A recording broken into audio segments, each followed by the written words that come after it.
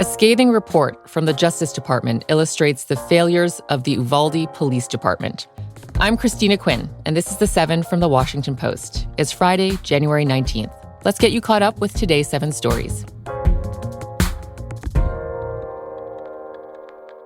Number 1. Congress passed a bill to prevent a costly government shutdown this weekend. Both the Senate and the House approved the legislation yesterday. It will fund the federal government until March. It now goes to President Biden to sign. If he does that, which is expected, it will mean that roughly 20% of the government will not shut down just after midnight tonight. But this doesn't mean that all our shutdown problems are over. Lawmakers are still struggling to agree on long-term government funding plans. Yesterday's stopgap bill is just designed to give them more time to negotiate. And if they can't find a way forward soon, we'll be back on shutdown watch ahead of the new deadlines. Those are March 1st and March 8th.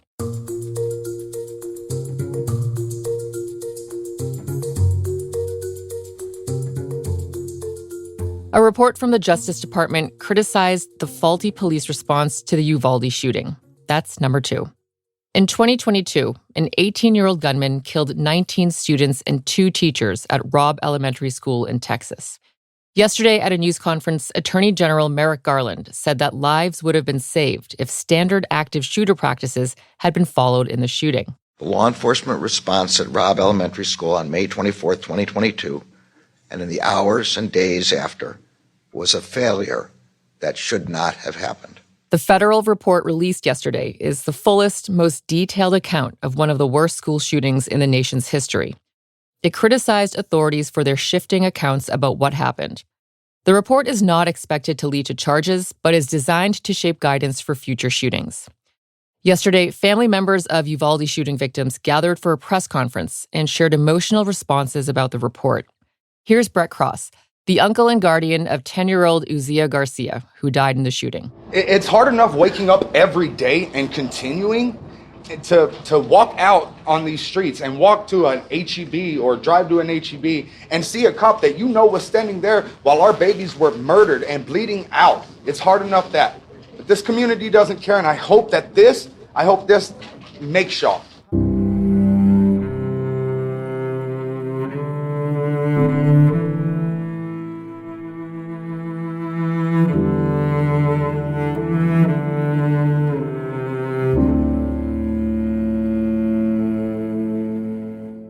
Number 3, Donald Trump urged the Supreme Court to keep his name on primary ballots across the country. His argument was part of a legal paper filed yesterday. The former president warned that there would be chaos and bedlam if the justices don't reverse a decision by Colorado's top court. Trump was disqualified from Colorado's primary ballot last month over his role in the January 6, 2021 attack. Trump's attorney asked the justices to put an end to efforts in more than 30 states to remove him from ballots. The Supreme Court has scheduled a hearing in this case for February 8th. That timetable ensures the justices will play a major role in shaping this year's presidential election.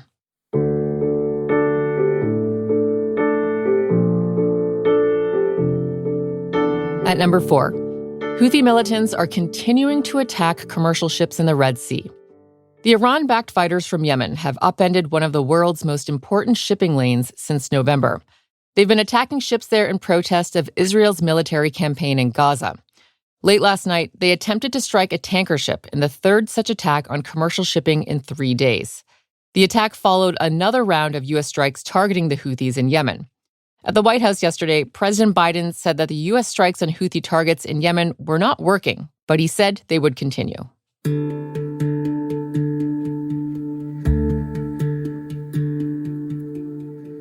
Number 5. The federal government is toughening limits on soot, one of the nation's deadliest air pollutants. Soot is made up of tiny particles that come from power plants, cars, trucks, and other sources. It can get into your lungs and bloodstream, causing health problems like asthma and heart disease. The EPA is expected to lower limits for how much soot can be in the air as soon as next week. The agency says the new rule would prevent up to 4,200 premature deaths a year. But industry groups aren't happy about the expected limits. They argue that it would destroy factory jobs and investments in the Midwest and elsewhere, and it could harm President Biden's re-election chances this year.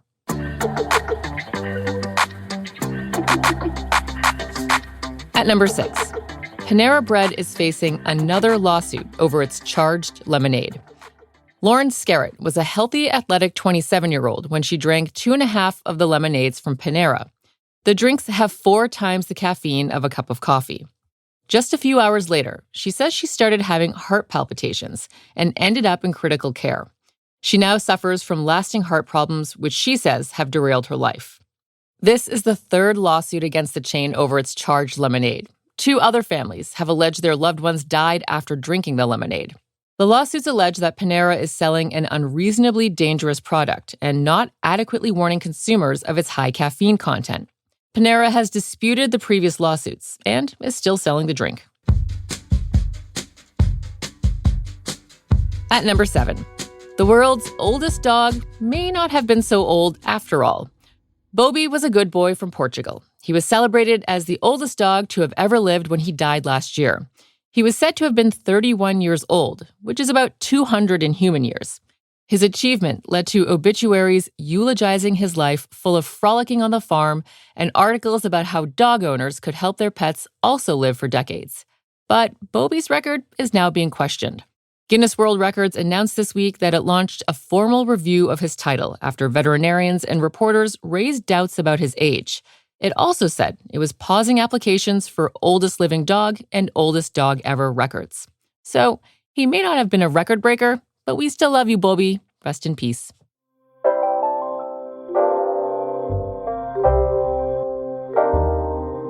That's the show for this week. And if you're looking for something to watch this weekend, Ava DuVernay's new film, Origin, is out in theaters today. The movie is an adaptation of the nonfiction book Caste by Isabel Wilkerson, which explores the cultural history of racism in the U.S. Post Reports has an episode about this new film and how DuVernay was able to bring her vision from the book to the screen. You can find a link to that in our show notes. The assistant producer of The Seven is Taylor White. The staff writers are Jamie Ross and Hannah Jewell. John Taylor is our editor. Additional editing by me, Christina Quinn. Copy editing by Melissa No and Francis Moody. Mixing and sound design is by Jim Briggs and Justin Garish. Our theme music is by Edith Mudge. Our director of audio is Renita Jablonski. I'm Christina Quinn. Thanks for listening and have a great weekend. I'll meet you back here on Monday.